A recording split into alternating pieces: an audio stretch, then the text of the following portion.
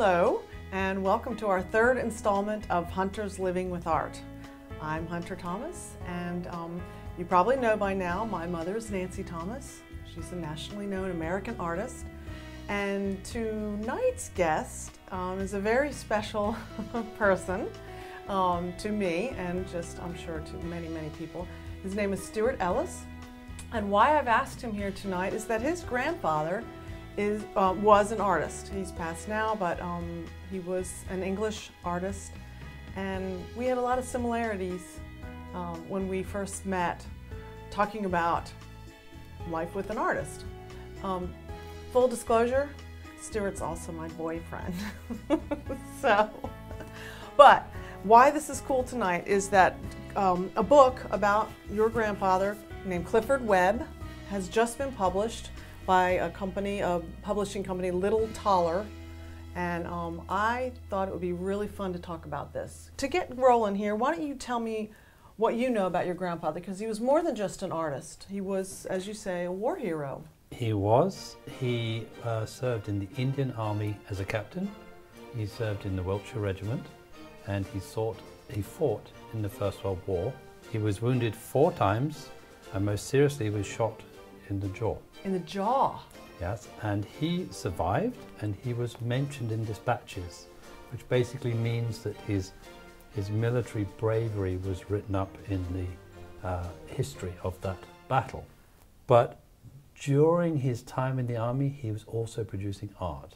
Oh. So I have some wonderful paintings, or the family does, of his watercolors of India that he was painting in around 1920. So he was quite a famous artist in his own right. Mm-hmm. He developed some very special techniques using a wood engraving. When I was a child, I was with him in his studio, and he was encouraging me, and I actually produced that. Oh my gosh. So that's wonderful. That is, yes. So this was a piece of basically a floor tile, and you have a little sharp implement, and you carve it out. You ink it up. So the carved out bits are the white, what turns out white. Mm-hmm. Yeah, and the bits that you don't carve out, you know. Take the ink and put it on the whatever. That looks like canvas that you put it on or something. Well, he took the block. He had to have a printing press. So you ink it up, you put it in a press, you bring it down, it produces the image. Okay. And you did this. And I did that. Isn't that cool? How old were you when you did that? I think about 7 or 8. 7? Yeah.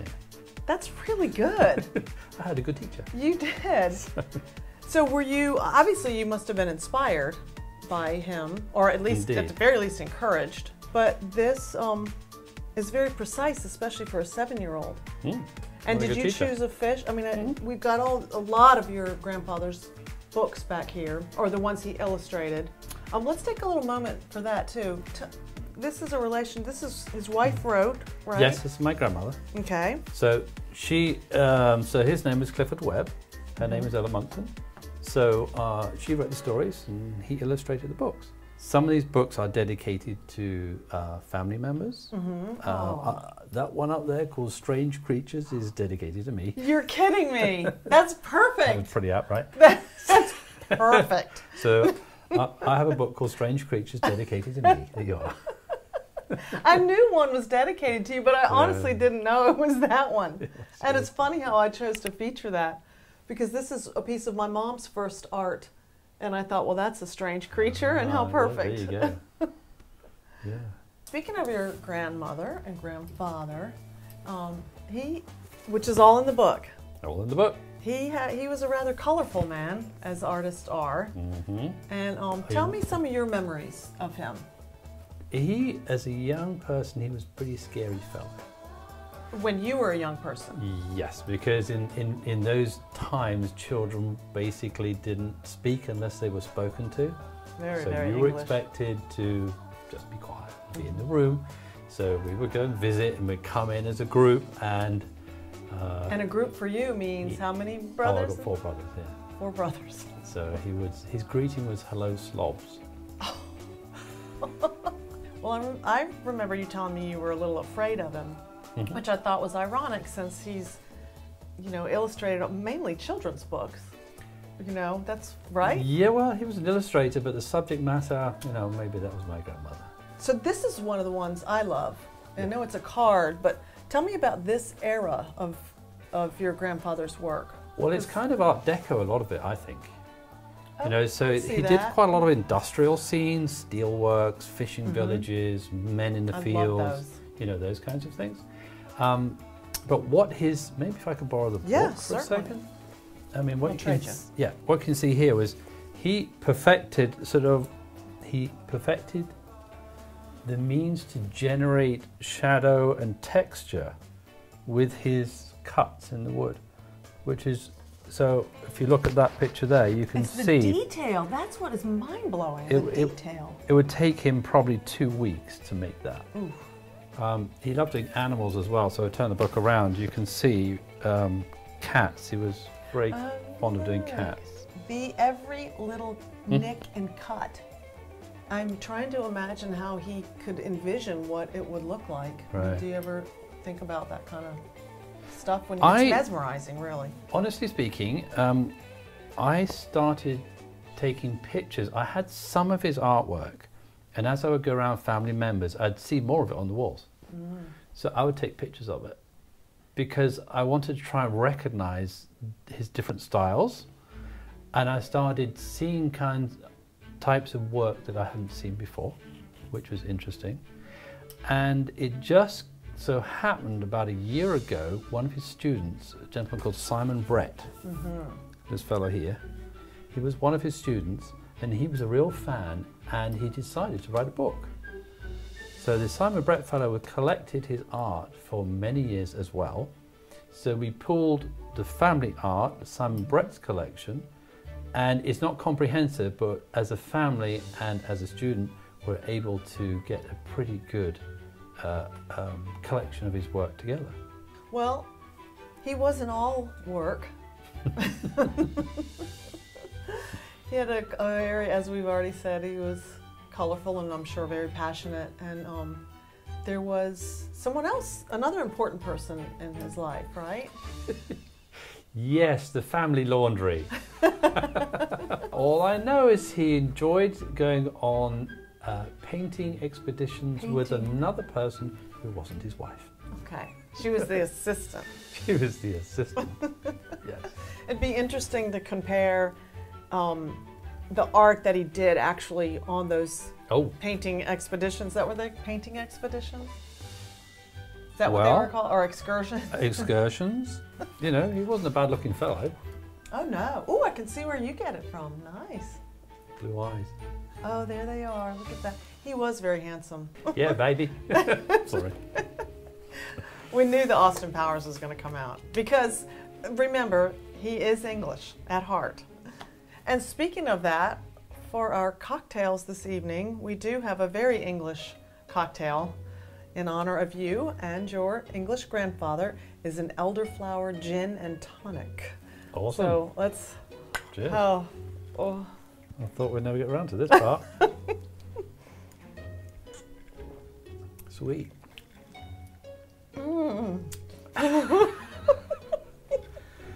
I've tasted your gin and tonics before, and to me, but this elderflower, I think that's what's making it tolerable.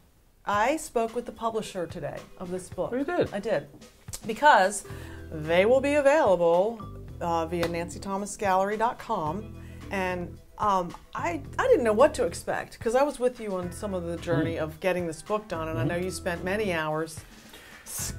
I did. I spent a very cold Sunday with Simon Brett, who's, I say, the author, and brought quite a lot of work to his studio, and sat there and scanned it basically in his wood shed, which he calls his art studio, but it's a shed at the end of the garden. So to you, it's a shed. It's a shed. To an artist, to him, it's a his studio. Yeah. So I scanned a lot of these images that you see in the book. So like this one, this one. Oh, we have that, don't you? Yeah, I mean, that one's called a cockapoo, which I think is an actual bird, but that's what they call it, a we have cockapoo. this one. Yeah, I say we. I'm like benefiting from. Yeah, so you got 3 images here. So they're all London streetscapes. But what's really interesting that I found, and I'm not quite sure how he achieved it, But see, with a black and white one, you're carving away and leaving the raised portion of the block, and that would be the black. But when you're doing it in color, you have to have multiple blocks, and they all have to mesh together, line together. So on the red block, all of this would have been nothing, and the red portion is that part. Whatever's red has to be. So he has to really think. Oh yeah. That's why it's like an engineer. Incredible labor of love. He also illustrated various books. Yes. As well as so you got the children's books, but then he also illustrated some 1930s books. This is the book. This is why when I was talking to the publisher today, I was just learning more about him, and I mentioned, of course, my mother, Nancy Thomas, and how they seem sort of similar. And she was saying that his real claim to fame back then is this Swallowdale book. Right. And this book, I did not know this, but she said this is the English equivalent of our Huckleberry Finn. I mean, it's that well known. It's just ubiquitous. And Clifford Webb, your grandfather, illustrated that. That's the 1930s versions. And there are societies, there are people which are Swallowdale fans, and they all, follow the adventures of these different, stories, and they still have a Swallowdale fan club society, if you want to call it that. And they must all know Clifford Webb. Yeah. She said he was the illustrator for this. So he did the children's books, but he also did quite a lot of other types of work. He liked to do a lot of black and white of buildings. I've got one here, if I may. Yes. Yeah, this is kind of cool. This is Sheer Church. This one here. That's where my mother got married. Oh my gosh. Oh, how precious. So there's a whole segment Jenny here and on John. Yeah, there's a whole segment here on churches and things. Now this is a place called Abinger Hammer, and there's a famous clock tower there, and on the hour the man dings the bell and dings the bell. Yeah, but there's a little stream down here, and I used to fish in the stream. Oh my gosh, this is precious. Yeah, and there's a blacksmith up the road. So a lot of these images are from my childhood as well. So you really connect. I mean, it's not just looking at beautiful art. I walked down that lane. I did. When it's about that big. Oh. Knee-high to a grasshopper. So yeah, it's full of wonderful images. So with all of those images, I mean, there has to be thousands. I noticed I'm still discovering some of my mother's art I just hadn't seen. But these are thousands and thousands. Out of all of that, do you have a favorite? I mean, can you even pick a... I do actually. Really? Yeah, and I just so happen to have it here. Really? It's this one. This one here. It's called Nothing But the Best. Nothing but the best. Nothing but the best. That's precious. That's absolutely precious. Cats. And I've not seen very many of these around. It's kind of, rare. He would do limited numbers, so you can see in the corner. He'd only done 20 of these. There's only 20 out there. Yep. I got one. You got one? Yeah. Now, your mother likes cats too, doesn't she? I know. Yeah. She loves cats, and who doesn't love cats? Dog people. But one of the things that I loved when I first saw that was it did remind me of, which I just so happen to have here, my mother's series, Cat Games. Get yours. Get yourself. Okay. This is one of them. It's a series of 4, and this is Chinese checkers, I think. But they go really well together. I think that's what's so, of course I love being with you, but I love this shared history of having an artist in the family, and We need more wall space. That's the problem. I need a bigger house. We do. Running out of wall space. Bigger walls. We'll just have to close up some windows and have walls. So have you seen the influence of art in other brothers, or here's what's in my mind. Simon's daughter, Rebecca. Did you see the painting she did? So it really does go through the genes. It might be coming out in the great-grandchildren, yes, I think it did. Yeah. I've really enjoyed this. Now, of course, I always enjoy talking to you, but I was happy to have a focused time about your grandfather. And this book is just, it's breathtaking. This book? This is definitely the product shot, but It's I can't wait to get it. I did talk to the publisher. They've already pre-sold a lot. Oh, cool. And they're not even getting them back. I mean, they don't even get them in until I think the middle of this month. And then we're going to hook up with the American distributor, and we'll get them. So they'll be available at nancythomasgallery.com. But if you have to have it now, go to Little Taller Books, because it is just a wonderful. It's amazing. You can see how it took him 20 years to do it. Thank you so very much for being our guest here tonight, and as always, you're my favorite. Well, I'm glad I'm your favorite. Cheers. Thank you for having me. Yeah. And it was great to talk about him, seriously. He was an amazing artist, and I've learned so much about him through this journey. And it has been a journey to discover his art.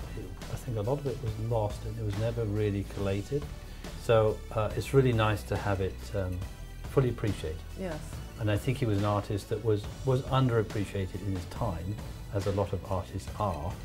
And I think that his talents are now coming to light. Yes, and we're going to be right there, shining the light, leading the way with that here at the Nancy Thomas Gallery. I really appreciate it. Well, thanks for having me. Cheers. Cheers. Gin and tonic. So our second cocktail is Pimms, Yes. which you've told me about, and I think I had it a long time ago, but I don't know anything about it. And as you said, I mean, it looks like a salad to me in there, but lay it on me. What is this? It's an English summer drink. Okay. So it's very traditional to have Pimms in the afternoon on a summer's day. Oh. And that's why you have the cucumber. It's kind of like eating cucumber sandwiches. You know, the English love cucumbers and white bread and tea and stuff. So do Virginians. But if you want a nice, refreshing drink, I highly recommend Pimms. All right, well, here we go. Yeah, so Pimms. Pimms. In England, we mix with what we call lemonade, which is different to American lemonade, but the closest American equivalent is Sprite. Sprite. So Pimms, Sprite. Oh. Sprite, cucumber, and a little This bit says 7-Up in it. Did Sprite and 7-Up the same? No. God. All right. All right. Here we go. Cheers. Oh, lovely. It's not bad. You know what? It's It's refreshing. like iced tea. It's refreshing, yeah, but it's alcoholic. It's alcoholic iced tea. What is Pimms? What is it? A drink. A liqueur, maybe? Cheers.